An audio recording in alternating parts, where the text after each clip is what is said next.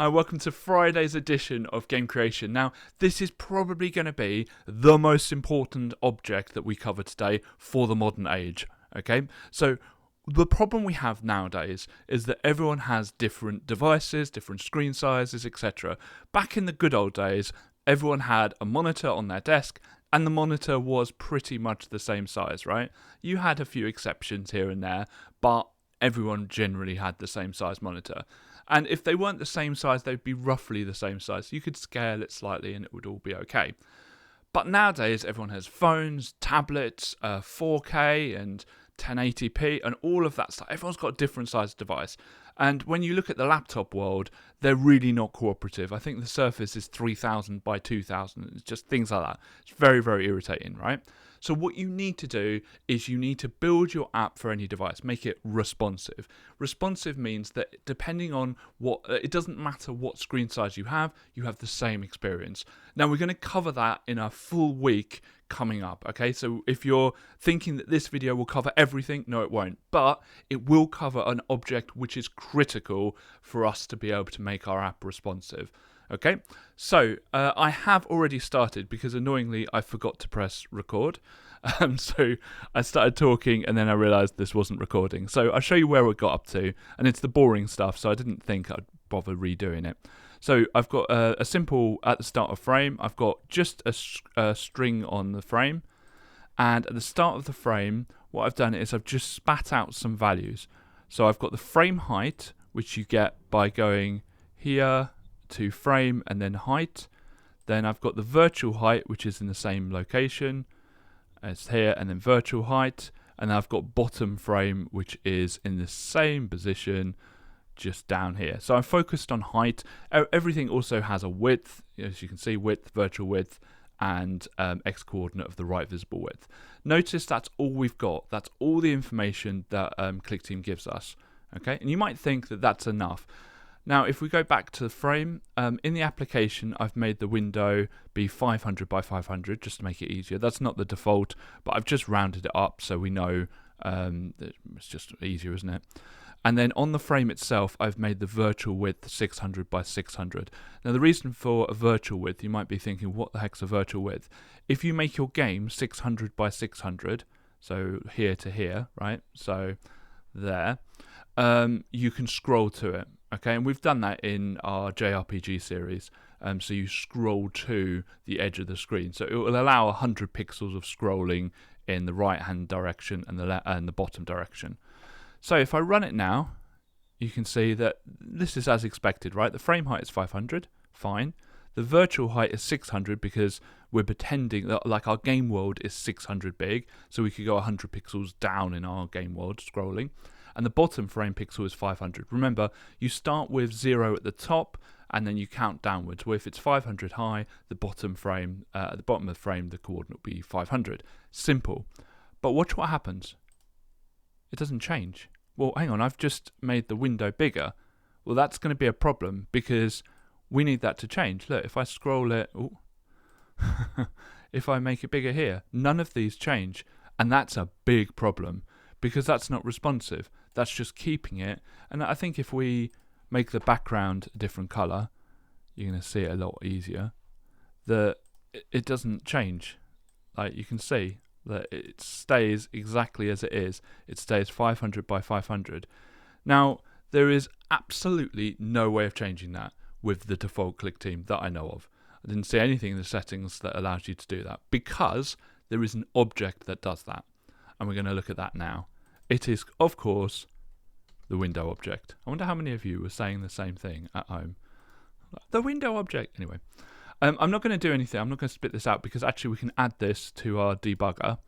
So if I do the application, okay, and I can add it to something that I'm watching, so add the window object, it actually shows you all of the things it's keeping track of. And oh my goodness, it's keeping track of a lot, right? Now, you're going to notice some weird things here. Okay, the first thing you'll notice probably is that the width is 516.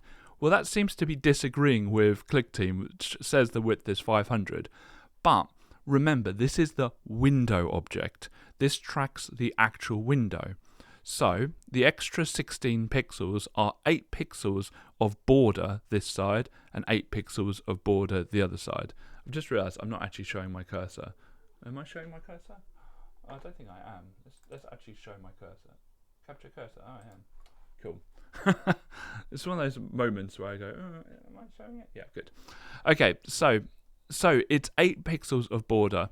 Now, the height is 559. Now, you might think, well, hang on, there's not much border. Well, of course, you've got the menu here, and you've got this bar here with the controls at the top, right? So that is 8 pixels of border at the bottom, 8 pixels of border at the top, and then whatever the leftover is for the menu bar. Okay, so if you got rid of the menu bar, that height would be reduced. So those are two values we just don't get with Clickteam. So those are essential for making the app responsive, and you'll see why when we cover it in a future video. The X position of window. Now this is where the window is. So if I move it down here, you can see it changing, right? So the further to the right it gets, the higher the X value. Further to the left, the lower. And then the Y position, as always, 0 is at the top. So if I put it near the top, it's 0. But if I put it at the bottom, it grows and grows and grows, right? Cool. The width of the window, as we can see, is just the same as the width there, and the height is the same as the height there. The Windows client width. Now, this is the one that is the same as Clickteam. Client means the area that the client can use. Now, the client is the app, okay? So the app is what is the client, and that is the area your app can use. So anything you can do on Clickteam, you do within that 500 in the client area. And this terminology is not unique to Clickteam. The client is always the bit that you want, right? And so that would be the same as Clickteam. Screen width and height are essential, because if you if you want to make your app full screen at the start, then you can just read these values straight away to see what the height and width will be, and then we don't need to worry too much about the other values. Notice something, okay? So notice something here. If I drag this out, notice what happens with the client width. So whilst it was before the same as the one that Clickteam gives you, it's now working out. Actually, Clickteam could use 918 of these pixels wide. And then if I move it down, Clickteam could use 638. Because if we make the screen width, if you make the frame width the same as the client width, you can then use that space. And that is where the power of this object comes in. The power of this extension comes in, is that you can make the frame width the same as the client width and use this space now. Whilst before you had this white border and you could control the color of the border and all that, or you had to stretch this out, you now don't need to. You can actually use the client width and the client height. So there's no much point in me going much further, but if you are looking at making your app responsive, this is the extension that you need. And I can't think of a better extension for making your app responsive. Like in the modern age, this is the one you want. Anyway, I'm going to leave that here for now. I really want to redo this kind of fortnight. So we had a week of just chat, and then a fortnight of non-game stuff. So talking about things you can do with Clickteam that are nothing to do with games. I'd like to do that again at some point. That would be quite amusing to do.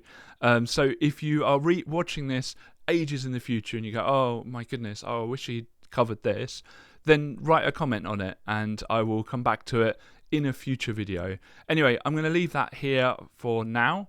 So thank you very much for watching, and if you like the video, click like. If you want to see more from us, click subscribe, and thank you very much. Have a nice weekend.